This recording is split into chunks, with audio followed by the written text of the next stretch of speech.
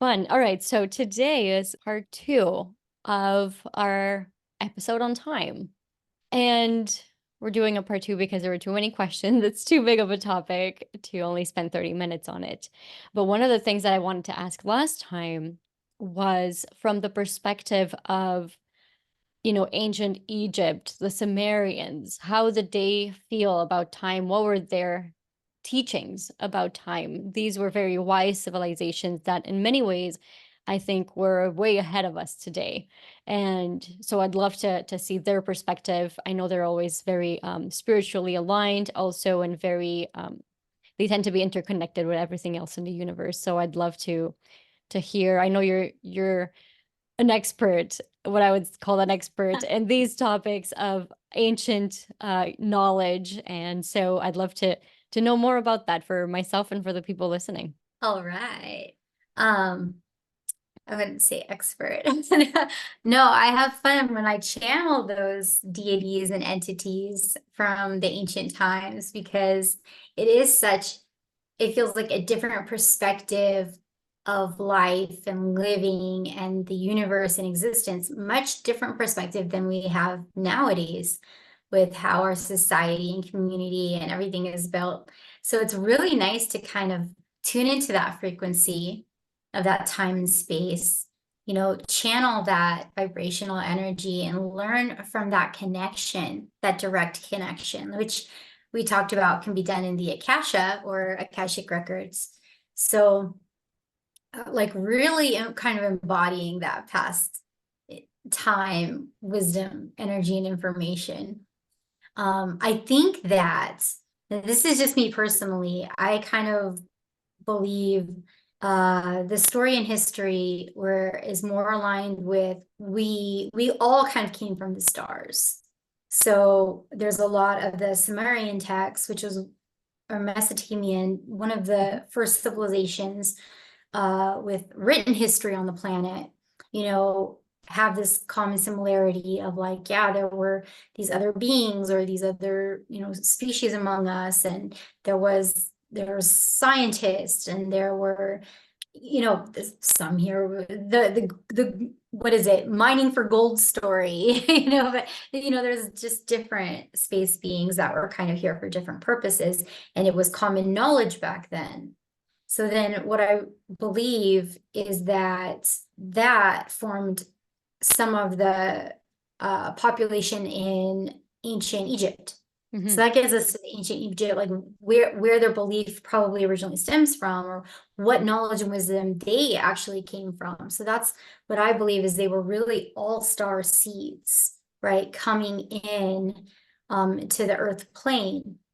And so what they brought in was that mastery of, I think, that quantum time and space, because they're from that. They knew that information. They were kind of beyond the 3D of Earth. Yeah, I would agree with you. Like they were kind of masters of that.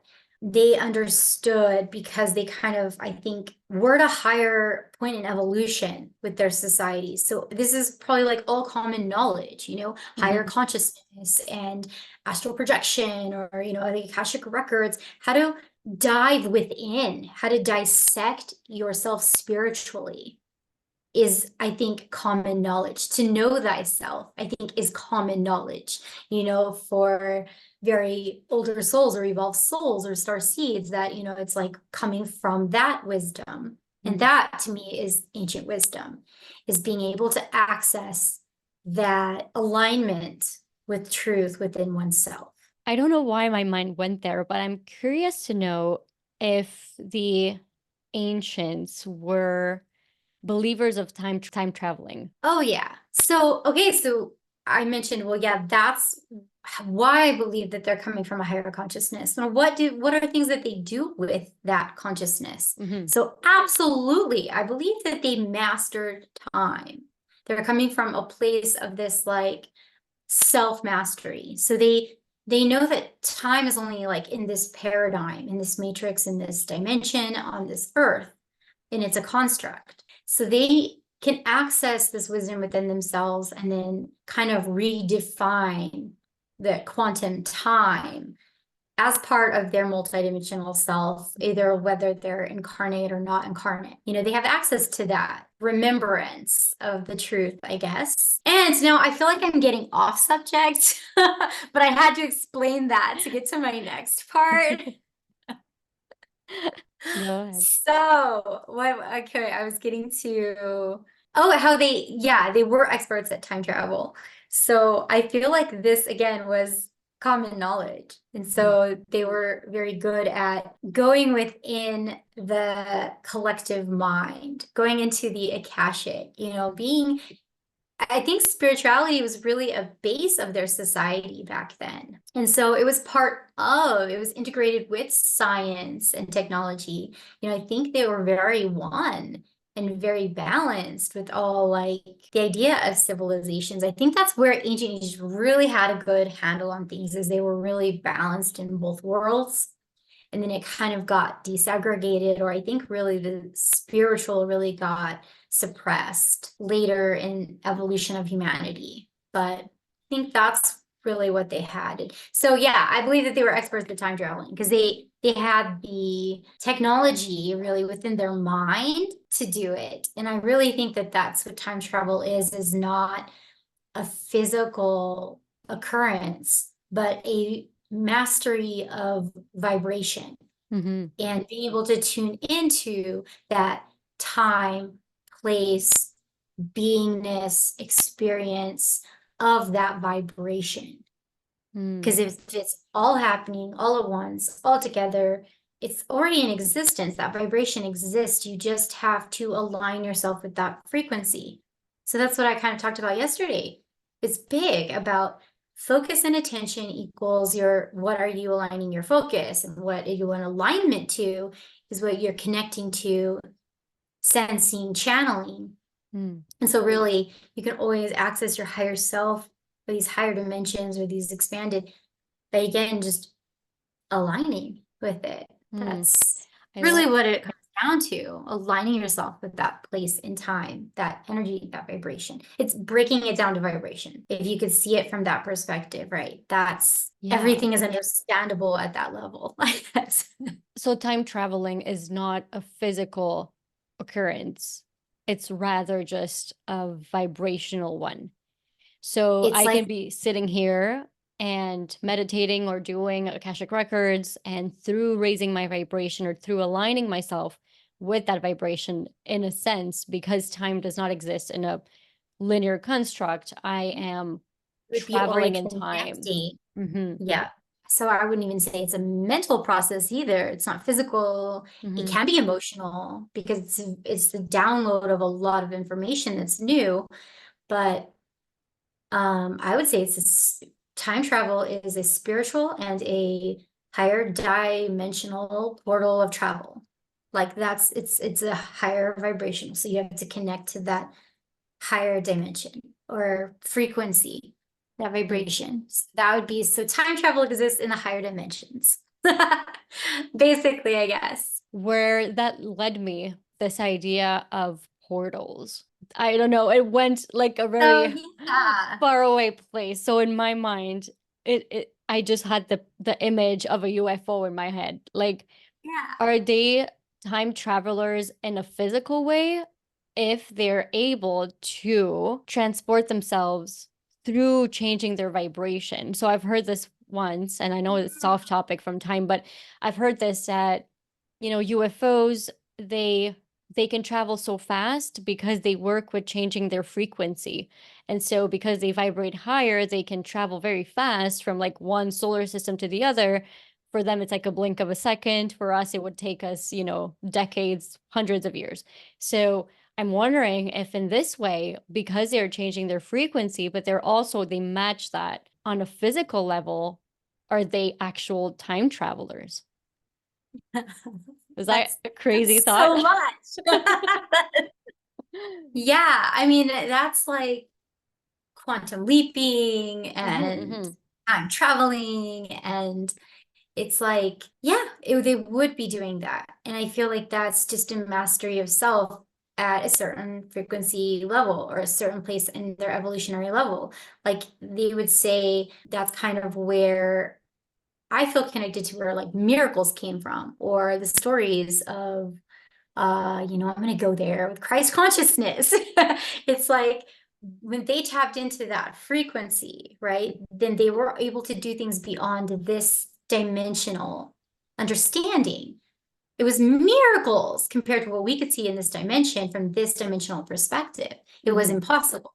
But see, that's why when you're in the Christ consciousness or the higher frequencies or expanded awareness, your awareness goes outside of this reality of the mind matrix. Then the rules change, right?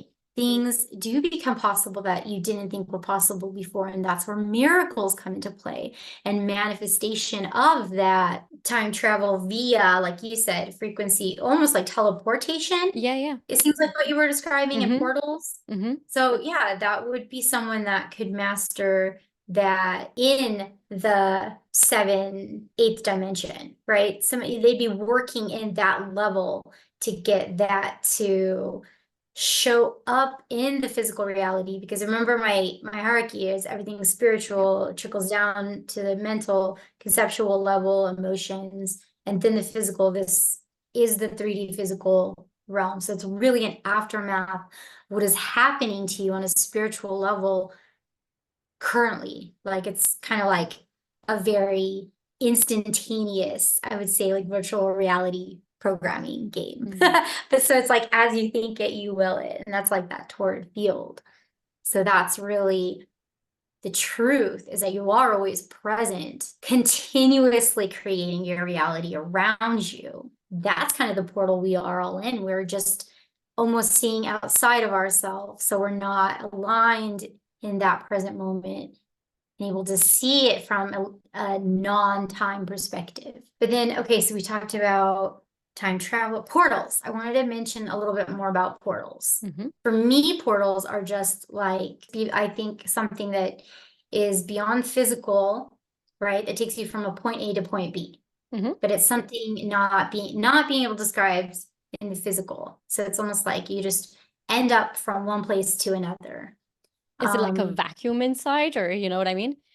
Yeah. So when I think of portals, I just think of it as how we would think of like energetic cords to toxic people. You know, like it's a cord. It's like like I feel of it as a tunnel, but it's a tunnel of like a siphoning. It's like energy. It's just like an energy flux. It almost starts it's like an electrical current that shifts to that vibration, that frequency that you're focusing on. So then now there's that connection and charge, and the energy flows back and forth. And that's how we can channel energy, is when we connect to it. Then it's like, okay, we're in that frequency now. We can now learn, we can share, we can merge this thoughts. And that's why you can go into any time, place from anywhere, because it's really just, again, tapping into that frequency. The The portal is frequency you. lives. Huh? The portal is you, you know? Yeah, the portal is you. Oh my God, that's so funny. I just heard that too a couple months back. But yeah, you are the portal. So, and in the time, matrix or whatever you want to call it, how would we use portals? Or is it completely irrelevant to the topic? No, we use it all the time. We're like constantly, right? We're like constantly connecting our thought to create and manifest our reality. So doing that consciously would behoove someone, right? That would be beneficial, is to intentionally use what gift you already have in this reality that will help you in your highest good. But the problem is people are using it unconsciously because they don't believe in it. So belief is such a powerful thing, right? So it's like it comes between having tools to play the game and not having tools to play the game. It comes down to that. So it's whether you believe it or not, it can be in existence. Just like whether angels are real or not, do they help you? Right. It's like, okay, so it's building the tools. I wanted to share the message that you had on your tea yesterday after we recorded part 1. It said the only thing that can limit you is believing that you are limited. Become limitless. And again, another one of those crazy synchronicities that we always get after recording these, guys. We're always like, one of us will see something that is exactly what we just spoke about when we recorded. So another one of We those, but always do. yeah, We so always get that's that confirmation, you guys. It's amazing.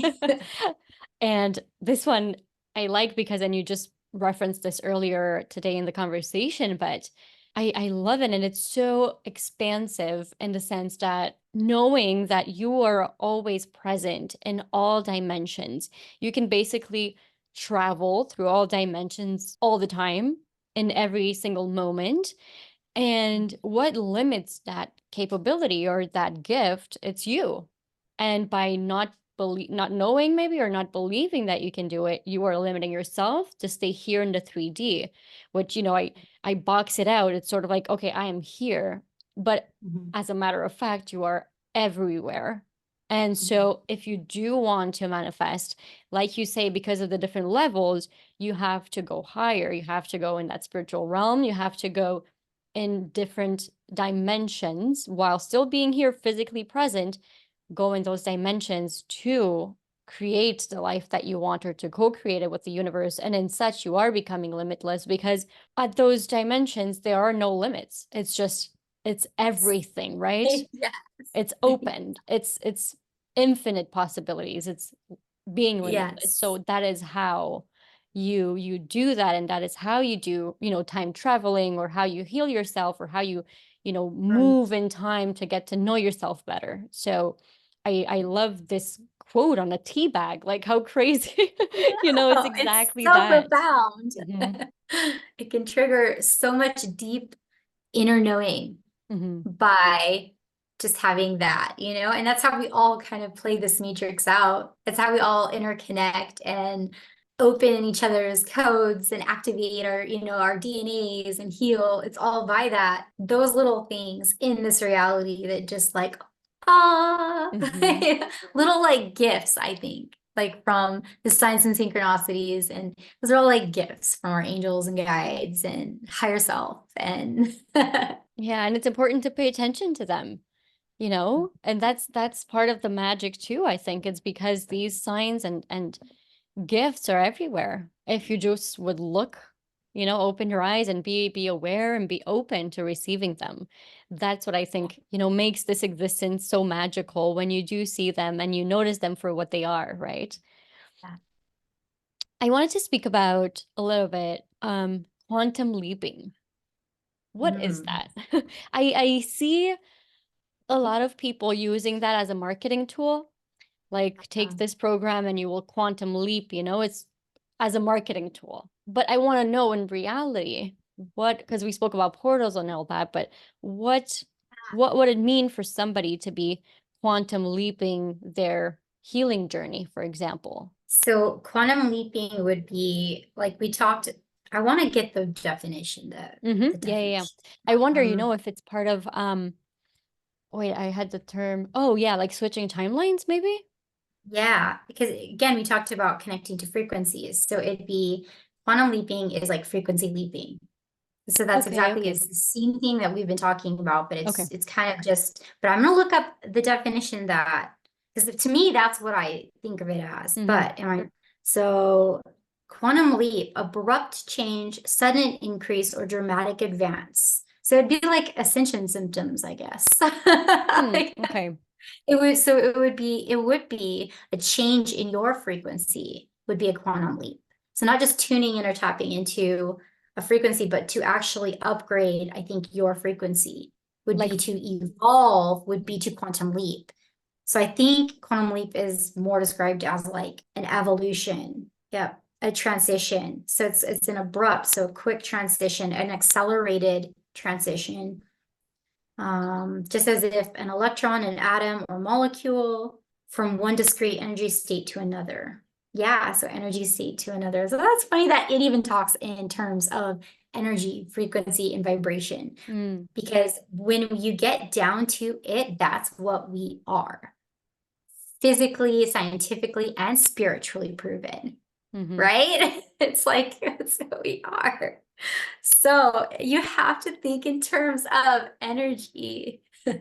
metaphysics and quantum memory recall to access, I think, this truth of what we are, get down to the core of it. Okay, thank you. Thank you. Yeah. So quantum leaping, it's really, I guess it's like as your soul's evolution or your human sort of just had an awakening and is now at Right. a higher frequency or a higher level, right? And so that would Yeah. be sort of quantum leaping would be a huge change or a The huge vibrational, ascension yeah. or yeah. Shift, a complete shift. So like you are almost no longer what you were. You no longer live in that frequency, dimension, Mm, reality. You know, you are changing your vibration completely to like going from a caterpillar to the butterfly. But I think that happens. I think that is like equal to a timeline. It mhm. is that vibration that we are at is we are on a certain trajectory and certain timeline, right? So again, we talked about that in the last episode. You guys got to check out. These are a pair. Episode 2 to episode 1 the other Yeah. week. Oh, now I lost my train of thought. The This is the timeline. So vibration. we were in a vibration, like you're on this path of your timeline. So you're on this vibration. Possibility. Yeah. Yes. So if you would Because, quantum leap, you would switch, yeah, right? That's what you you meant. would be switching a total different vibration, which would be a total different timeline, which would be a total different possibility. So that's what the quantum leaping is. You can quantum leap and quantum jump to your highest timeline. Mm. But again, that would really equal into like really quick, fast, dramatic, instantaneous, or maybe even instant miracles Mhm. in your physical 3D life. But again, where did they do it? They did it on a vibrational level Mhm. or a spiritual level, but it's really a vibrational going to the core to manifest the quantum leap, the time travel, the healing, you know, the power within yourself to Yeah. do miracles, to be your highest self is really living an enlightened state of life, right? Mhm. Living in enlightenment. This is what kind of we're talking about. At this stage is a mastery of like energy levels or self-mastery that would be living and embodying the Christ consciousness or embodying this, you know, which is I think is what we are all meant to go for. We are all, you know, meant to become our highest and best state. I have two questions. So first, if we take I know the Akashic Records, it's a great way to go there.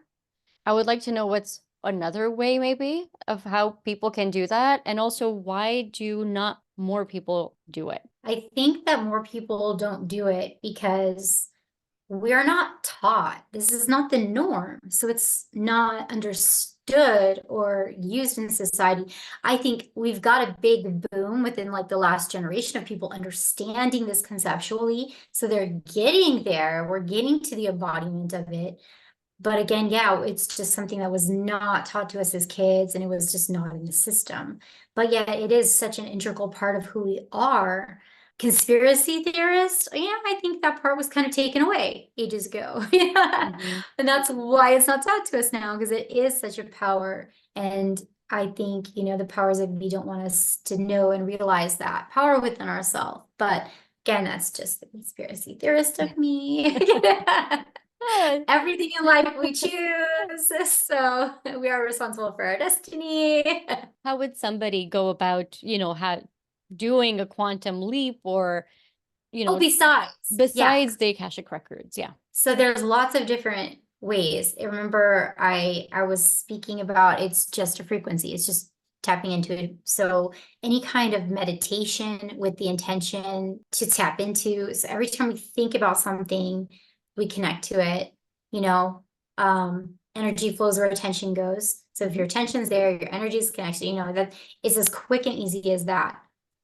But then to channel and get information, right? That's the part where we interact and communicate with those vibrations and energies and embody them. So that's a practice.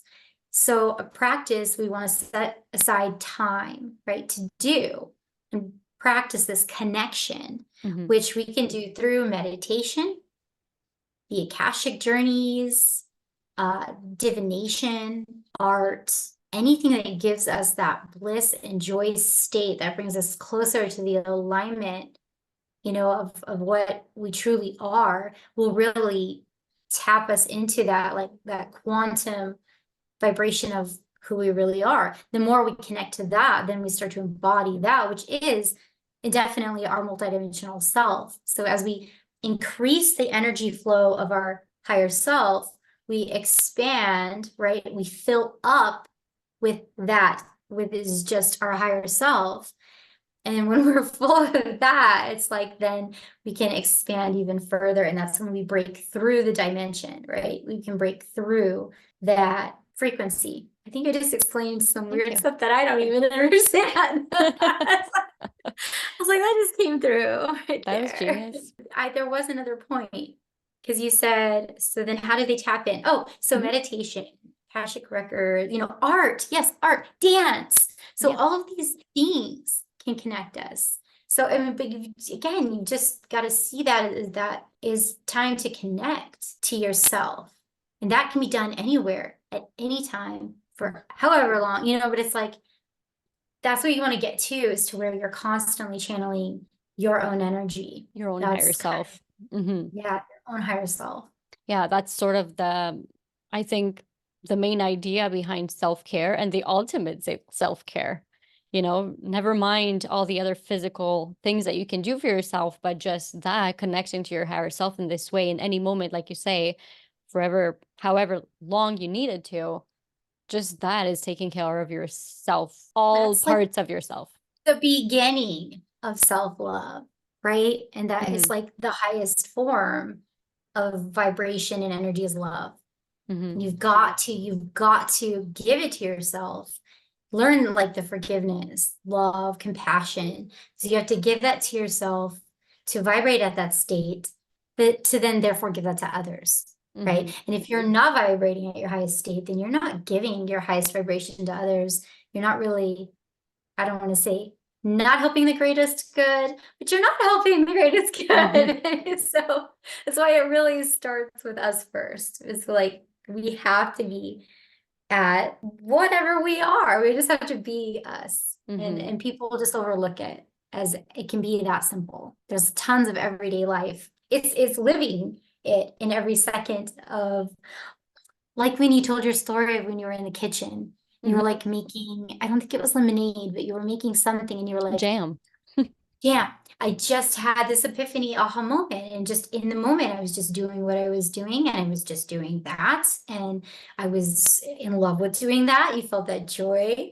And it's just like, but what if you could get to the point where you don't just tap into that for 1 second, but you start to kind of shift that to where you're living that state of aha and bliss, and you're just barely tapping into the other frequency, right? You really have made that shift. So to embodying that little bit of light that is starting to come in. It's coming in times from time, and it's that light, and it's filling up. The more and more you do it, and the more and more, that's you're going to then be embodying. And that's what we talked about, was the living in enlightenment, right? That's like the next step, I think, for humanity to live in this, an embodiment of this Christ consciousness or enlightenment. And use their tools of time travel. Use their inner gifts, their full potential and power. I think if I were to always live in that feeling or that vibration, like life would be completely different. Because that is kind of like magical, right? Because you're almost in like, know how it's a different reality. You're living it really is. That's the 5D. Yeah, That's imagine living there. Everybody is ascending to right now, and that Earth is ascending to, is living in that as the constant. Isn't that insane? That's for me. It's kind of like you would be having a constant orgasm. It's kind of like that. Yeah, wouldn't it? Because you feel that like, what if that's our base? What if that's Mhm. the norm? Well, then this world is completely fucked up. If that's our norm, Yes, this is so far away yes, from that. we're so far away from that. Yeah. No, but we're Yeah, stuck yeah, in this 3D reality yeah. Hmm. that's like so suppressed our connection to spirituality. But I feel like, yeah, when we get to that phase of connection with spirituality or just connect to that divine energy again, it'll really shift. And it is supposed to be like heaven on earth, it is Hmm. supposed to be like that constant bliss. And wouldn't that be so weird? That would be so weird because we're And not used to that. we're not, but what amazing things can be done from that vibration. Hmm. The no competition, the love for the truest, highest good for all involved, for everyone, by everyone, Hmm. just peace on earth. And then Hmm. really seeing what we can do as a collaborative unity, what Imagine that. we can build. Because, oh my God, then how far could we go? Right now, we're also divided. We get on the same page, we can really start Yeah. advancing pretty quick. No, that's insane when you think about it, because for those of us listening that know the feeling that we're talking about, that feeling is so potent. And if you haven't experienced it, I hope that you do. It's, we spoke about making jam or orgasms, but really I don't know, it's more than that. It's sort of just, and I think that's what, the people that spend so many hours meditating and they reach that bliss, that's what they're talking about. And when you get to experience little moments like that, like for me, there were just little moments throughout, the past years where I've experienced that very in a short amount of time, but I can just imagine if you take that feeling and have everybody live in that feeling, then yeah, I believe that would be, I see nothing wrong with that. That would be heaven on earth because it would be just perfection. I'm like, now I'm thinking, oh shoot, I hope my next incarnation is when humans reach that. Can I please I know. It's not like, work can we anymore and get there? experience it? We worked so hard to develop this society. Can we Yeah. like experience the good part of it? No, Yeah, but if we consider time traveling, we could right now, after recording this, go into a experience it. meditative state, right? And tap into that. So everybody could, well, and that's something everybody could do. Everybody could just sort of sit and imagine what that would feel like to Yeah, have that feeling all over the globe and just yeah, living that feeling. That would be, yeah. and And that's that one of would the ways be, to raise your vibration, right? It's one of the yeah, ways. one of the ways to raise your vibration, to accelerate you to that timeline. But not only that, on an individual level, but can you imagine if everybody heard this and did this Hmm. and practiced it? What a vibration frequency uplift collectively that would do for, just everyone around the globe. Like Hmm. you would be affecting everyone else around you, and what a positive kind of mind net, right? Energy grid from all Hmm. these people connecting to this future reality and possibility. So that's really the power of belief, right? That's really Yeah. always been. I did want to talk about this because we started talking about belief. So now we've circled back. Belief is probably the number one and only ultimate tool. Okay, and I'm not going to tell you until you buy my course. No, I'm joking. Belief is the manifestation. It is the ultimate magic. I think belief is the ultimate power. What we believe shapes our perspective. Our perspective shapes our reality. Hmm. It's like it has the power, mind over matter is truly enlightened in this state of, yeah, it is. It's the belief projects so much onto us, and memories can be a part of that, what we have put into our core beliefs, right? Yeah. Memories can have an effect. And that's where memories come in so strongly, of why we can use them as a tool to heal and to realign, or use them as a tool to tap into certain frequencies or energies. Hmm. But belief is it. Yeah, that's really where it all comes down to. That's the end of it. So I wanted to talk about That's why not only the power of one person believing, but a collective belief like Christianity or a collective belief like death. Even a collective belief in illnesses can actually not even be a reality, but we create it so because the power of collective belief. So right now we're collectively, easily, unconsciously believing in a sick world when we could easily switch to consciously manifesting a healed world. You understand the power of unconscious interaction with your own life as a creator to conscious interaction with your life as a creator? The huge shift, really taking power back. Yeah, I was So gonna it's like, say. wow, wow. And so we really can do it on a global scale, but it all comes down to belief and what humanity believes. And that just is a reflection of the consciousness, right? The collective, where the consciousness, collective vibration. So it would be so powerful for everyone to be, like you said, connecting to the highest timeline, because that does help shift the vibration. And we go back to the 100 monkey theory. Yeah. Yeah, I was gonna say, but I didn't want to mention again the monkeys. But yeah, Again, they're my go check favorite out the animals. last Yeah. episode. The second to last. Okay. Yeah. Yeah, Know let's do thyself. some We spoke more. about the monkeys and know thyself. Yeah, and a little Okay. bit in the last episode too. Yeah, I mean, we talk a lot about these Becoming a monkeys. series intuitively, and we don't even know it. Yeah, but the last part, well, you were talking about, the difference between the unconscious and the Oh, conscious. yeah. That is just so powerful. And to me, it fuels me in a way because I'm like, oh yeah, I do like take your power back. Sometimes you just tend to, well, I'll speak for myself. I just tend to sort of fall back into the mundane and the day-to-day chores and activities and do it unconsciously, right? You Yeah. just go through the flow, but then Still just habitual.